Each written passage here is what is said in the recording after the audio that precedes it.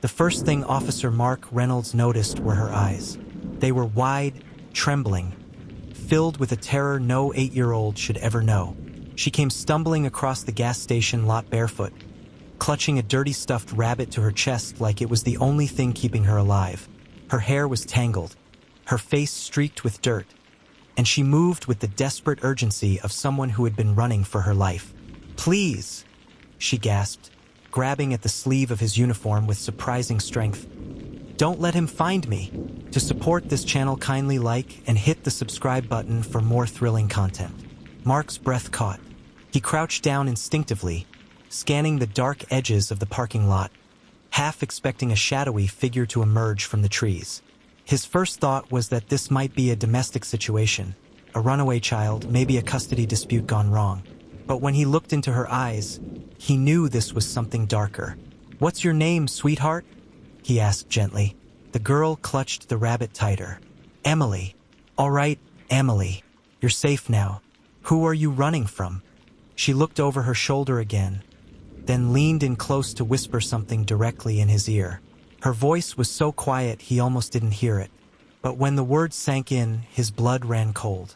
"He's got more kids," she said. "Locked in the basement." Mark Reynolds had been a police officer for 15 years. He had seen the aftermath of drunk driving accidents, the violence of bar fights, the heartbreak of broken homes. But nothing in his career prepared him for the words of that little girl. He swallowed hard, keeping his face calm so as not to frighten her further. "Who's got the kids, Emily?" "Uncle Roy," she whispered, shaking her head. "But he's not really my uncle. They bought me."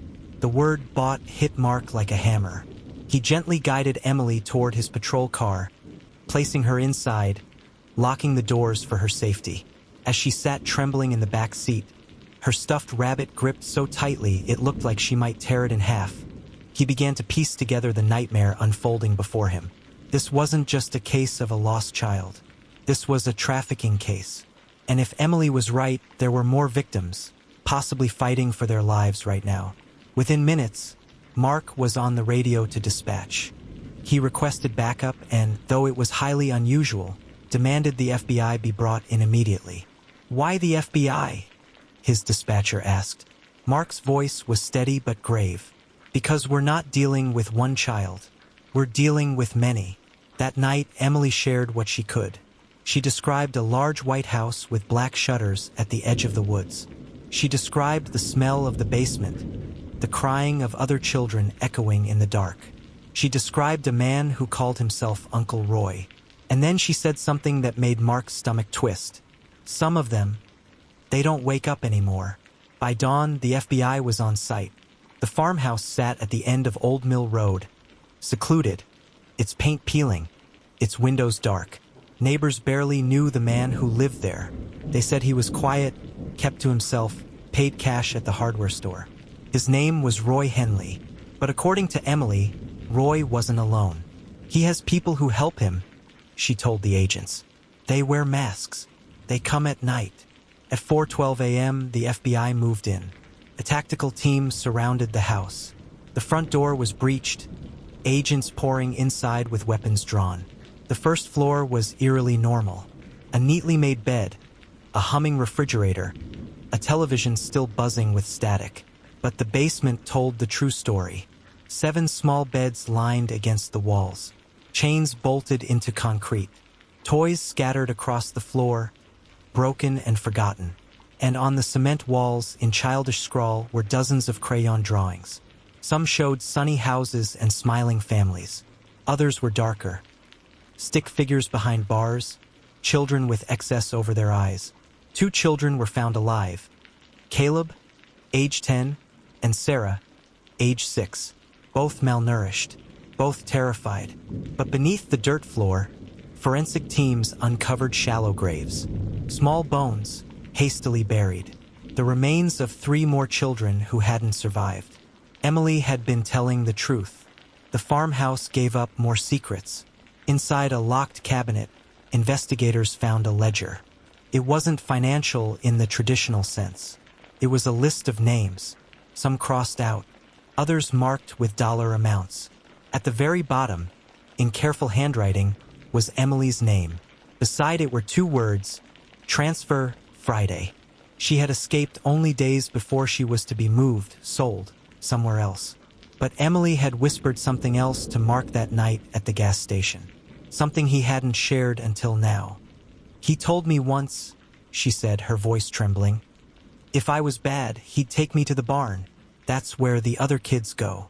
The ones he doesn't want anymore. That single line set off a chain reaction. If the barn was real, then there might be more children waiting to be found. The barn was located nearly 50 miles north, hidden on an abandoned farm swallowed by overgrowth. When agents entered, the air inside was heavy with decay. Rows of crates lined the walls, each modified into a makeshift cage. Some were empty, others bore scratch marks from desperate hands trying to claw their way out. Chains dangled from the rafters, and across the wooden beams, words had been carved with a knife. Obedience brings reward. Disobedience brings silence. Forensic teams confirmed the barn had been used recently. They found remnants of food, children's clothing, and DNA traces from multiple victims. This wasn't just Roy's operation.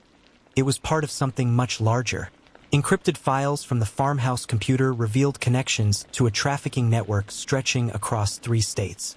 Children were being bought, sold, and moved like commodities, and it had taken an 8-year-old girl's courage to expose it.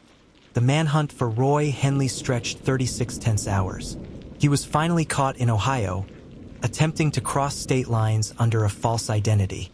In his possession were stacks of cash, a forged passport, and another ledger, already prepared with new names. This time, however, his escape was over. Weeks later, Officer Reynolds visited Emily at her foster home. She was still shy, still clutching her stuffed rabbit, but she had color in her cheeks again. When she saw him, she broke into a small, hesitant smile. "Are the other kids safe now?" she asked. Mark nodded, his throat tightening.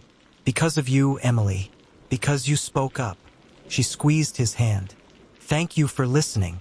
For the first time since that night at the gas station, Mark felt the weight lift from his chest. Today, Roy Henley faces multiple life sentences. Federal prosecutors call his crimes beyond comprehension. But his capture and the dismantling of the trafficking network he served began not with an FBI operation or a police investigation.